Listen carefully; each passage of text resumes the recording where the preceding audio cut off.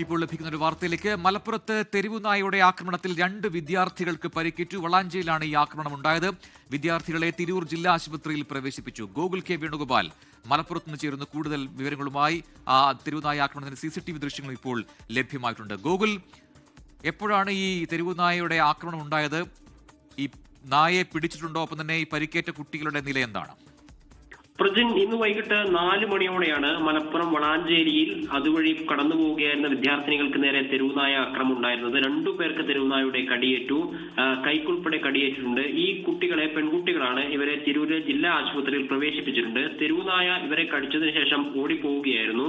അതിന് പിന്നാലെ ആളുകൾ പാഞ്ഞ സമയത്ത് തെരുവുനായ ഓടി രക്ഷപ്പെടുന്ന ഒരു സാഹചര്യമാണ്. അതിനെ ഇതുവരെ പിടികൂടാൻ സാധിച്ചിട്ടില്ല. നിരന്തരമായി ഇത്തരത്തിൽ തെരുവുനായയുടെ ആക്രമണങ്ങൾ ഉണ്ടാവുന്നുണ്ട്. കഴിഞ്ഞ ദിവസം രാത്രിയിലും വീട്ടിൽ കിടന്നുറങ്ങിയായിരുന്ന 8-കാരനെ കിടപ്പുമുറിയിൽ കയറി തെരുവുനായ കടിക്കുന്ന ഒരു സാഹചര്യമൊക്കെ ഉണ്ടായിരുന്നു. പ്രജിൻ, ശരി.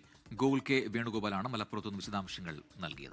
ലോകത്തെവിടെയായാലും ഏത് സമയത്തും 24 വാർത്തകളും ഓഗ്മെന്റഡ് റിയാലിറ്റി പാക്കേജുകളും എക്സ്പ്ലെയിനറുകളും വിശദമായി കാണാൻ ഞങ്ങളുടെ YouTube ചാനൽ നിങ്ങൾക്ക് സബ്സ്ക്രൈബ് ചെയ്യാം.